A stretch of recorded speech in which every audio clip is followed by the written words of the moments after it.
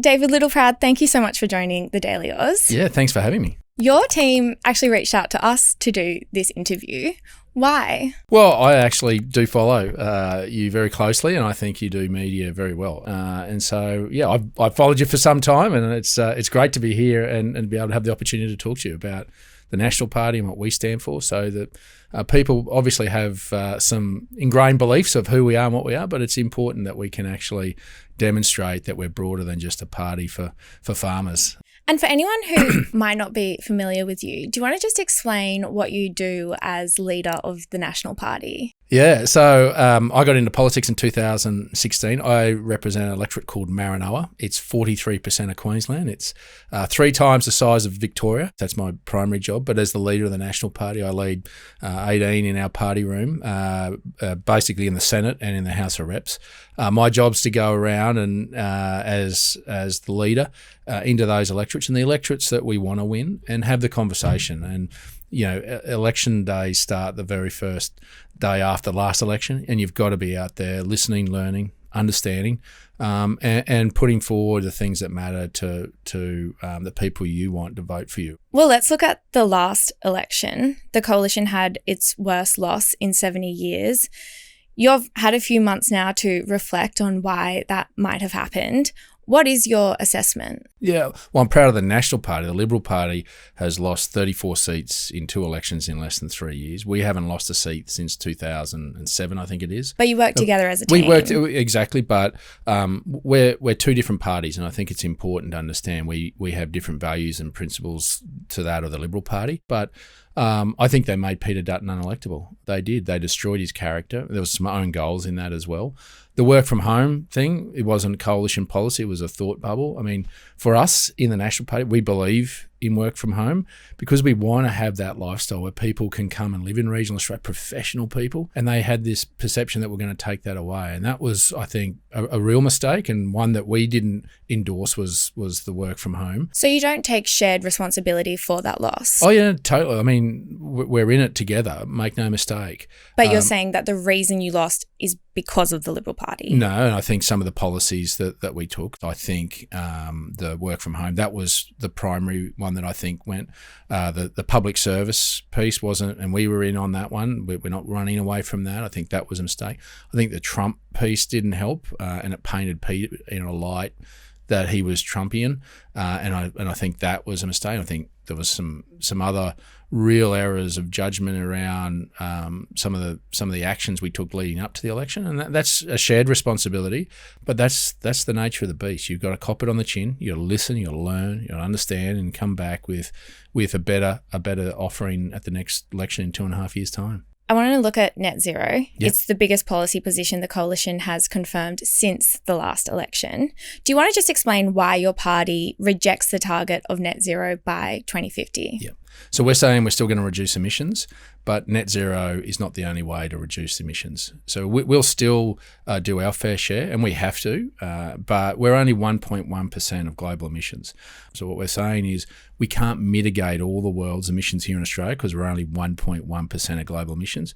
We should still continue to reduce our emissions. We believe in that. But you'll remove the targets to reduce the emissions. What we are saying is that we'll get there in line with what the rest of the world's doing. As the world pivots, we pivot with them. But the world is targeting net zero by 2050. Not all the world, and I think this is important. But particularly, a lot. They've made a commitment, but if you look at it today, there's over 120 countries that haven't put in their 2035 target, and that was due in March. So what we're saying is we can still reduce emissions and keep pace with what the rest of the world's doing, but by us streaking ahead so quickly, you are putting and having an arbitrary target by a set date when many of the technologies don't exist yet.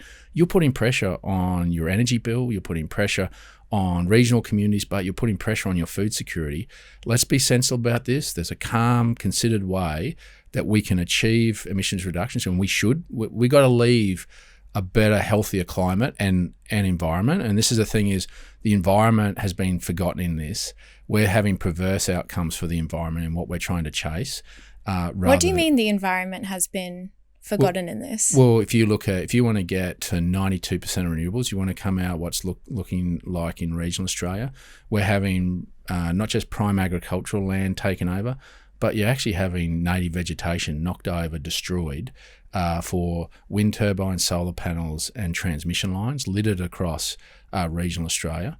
Isn't it confusing when you say that we are destroying the environment, but your policy is to do less on climate change, which ultimately will result in more intense and frequent weather events that will destroy the environment more? We can't, and in fact, even in Senate estimates this week, the government has admitted that we can't change ourselves solely here in Australia because we're only 1.1% of global emissions. That's not saying we throw our hands up and give up. We're not. We're saying we're going to continue to reduce emissions. You talk a lot about emissions reduction and you're critical of Labor not reaching its targets when it comes to emissions reductions. But just to be clear, you're proposing to do less in terms of emission reduction. So we'll peg ourselves to what the OECD is doing with the rest of the world. So that'll be somewhere between 2 and 9 million tonnes of reduction in emissions every year. Labor want to go and ramp up to 23 million tonnes a year, which is 2.5 times what the rest of the world's doing. And we're going to do our part, but we're saying what's happening is, and what you're feeling in your energy bill every quarter, is this race ahead. I heard you last month when you said you have moved on from the science of climate change to instead focus on the economics. What do you mean that you've moved on from the science of climate change? We're not debating the science. 97% of the world's scientists believe that man has made a contribution, and I believe them, and I believe we need to do something about it. The science is not debatable. But the science says that we need to achieve net zero by 2050 in order to reduce global warming, to mitigate extreme weather events, and you're saying, no, we don't. Hi there, my name's Emma. I'm the editor at The Dailyaus, just popping in to say hi and let you know that here at The Dailyaus, we are an independent media company who work to break down the news for young Aussies in a digestible and accessible way. If you like what you're watching and you like what we do, please hit the subscribe button. Now back to the video. No, the science is saying the world needs to do that, not just Australia. The science says the world needs to do that because we're, again... And Australia's part of exactly. that. No, and we're not walking away from any commitment that we want to make. We're still within the Paris Agreement and saying that. But you're not doing anything to actively reach that in your proposal. Yes, we are. We're going to reduce emissions every year. We will continue to be signed up to Paris. We'll continue to reduce our emissions in line with where the rest of the world. There's 120 countries that still haven't put in their 2035 target. Nearly no country will meet their 2030 target at all. And that's not saying put our hands up and give up. But what we're saying is if we want to continue on the pathway to reduce our emissions and do our fair share, if we streak ahead, we're making our economy uncompetitive with the rest of the world. We need the world to continue to commit. But Australia wouldn't be committed under this proposal. Yes, we are. We're not walking away from Paris. But in order to achieve Paris, we have to achieve net zero by 2050, and you are walking away from that. No, we're saying that we will reduce emissions, but not everyone's signed up by 2050. China's 2060, 2070. In fact, many countries and Japan are now taking away the 2050 target element of their commitments. But I just want to focus on Australia. Yeah, no, and I do too. And Australia is part of Paris Agreement. Yep. And Paris Agreement says that we should achieve net zero by 2050 in order to meet that aim. Yep, that is the aim that everyone wants to get to. But the practical application is your lived experience of what you see in your energy bill, of your food bill, about how we can achieve this and also protect that natural environment. And that's the thing that we're saying is we're not giving up on this. We're going to do our fair share. We can do this in a sensible, ordered way. And I believe in doing it. I believe in leaving a better environment. But you've got to have an economy that can achieve it. And we're a smart nation. That's why we've got to start that journey towards nuclear. Energy is about 35% of our total emissions. But technology will solve a lot of this. And what we've got to do is be able to get ourselves to a point where it will be, technology can mean it's a cheaper way of doing a lot of this, but without the perverse outcomes that we live with in regional Australia. It's interesting you bring up nuclear because when you were talking before about the reasons why the coalition lost the last election, you didn't mention nuclear. Nuclear was one of the main policy positions of the coalition at that election. Australia clearly rejected it, but you're saying that you are still going forward with nuclear. Totally. I mean, I think, again, the Labor Party did a great job on perpetrating a $600 billion lie. But I've seen polling subsequent that people didn't vote against us because of nuclear. In fact, they're actually now more open to it because they can see the loss of new industries like AI, data centres. Where is that polling? Ausgov, I think, did poll, and Nuclear Australia. That nuclear is popular amongst Australians? It's becoming more and more accepted, and I think what we've done is start a debate, not about a scare campaign about where they go, and that's why I think we made some great inroads. That's the one thing about the last election is the awareness and the opportunity of nuclear energy. And you look at... Well, we can agree that Australia was aware of nuclear energy, but based on the result, it would seem that they rejected it. I can tell you, where most people got their information and formed their judgment about nuclear energy was Chernobyl, Fukushima, and the Simpsons. So I'm a passionate believer. I think Australia's going to get there at some point, and it's important to do it and give confidence that we're Australian. We can do this better than anyone else. We've got to change the culture in this country of saying and finding reasons why not to do things rather than backing ourselves and getting on with the job. Okay, let's move on because we are running out of time. Longtime Nationals Party member Barnaby Joyce has just left your party. In the press conference announcing his departure, he directly referenced the leadership of the party as a reason for why he was leaving. What happened? Well, Barnaby's made a decision that he doesn't want to be in our party. That's disappointing. Barnaby obviously had an issue around net zero, but after the election, we made it very clear we'd review our position. But I wasn't just going to say no and do the populist thing like One Nation. He left after you announced your position. So what happened was we said straight after the election, let's do a review. Let's actually just not say no. Let's actually, if we're going to be a party of government, we've got to be sensible. We've got to say if we're not doing that, why we're not and what we're going to go to. We just can't say we're going to stop reducing emissions. That's insane. We're going to reduce emissions in a better way.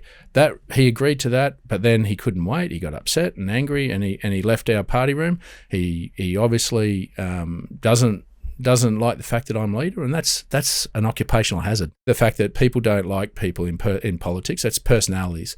I don't have a personal issue with Barnaby at all. In fact, if I really didn't like Barnaby Joyce, I mean, when he found himself in an embarrassing situation about 18 months ago, I could have taken the opportunity, if I really didn't like him, to take him off the front bench then and there. I did. You're referencing, to be clear, when he was found drunk on the pavement? Well, yeah, in Canberra. And instead of actually taking an opportunity to get rid of him, I gave him pastoral care and gave him time to say, well, mate, let's get this right. You still have a contribution to make.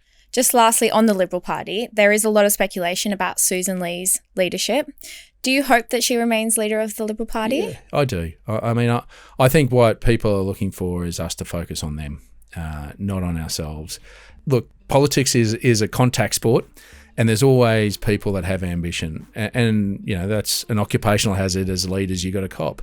But the reality is what you got to do is not become paranoid and just focus on what you're going to deliver. And that's the way I do it. There'll be a day when I get knocked over, but you know what? I live every day of leaving that legacy, of building towards that legacy I want to leave.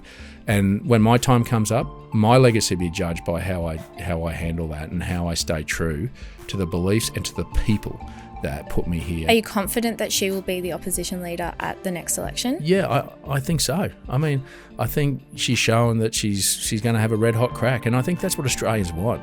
And I think if we stay focused, we've got a lot of these things out of the way that were contentious, but now we've got to talk about it and say to Australians the how, and say to them, this is how we're going to bring down your energy bill. David Littleproud, thank you so much for joining the Daily Oz. Thank you. It's been great. It's been a privilege to be allowed on it. Thank you.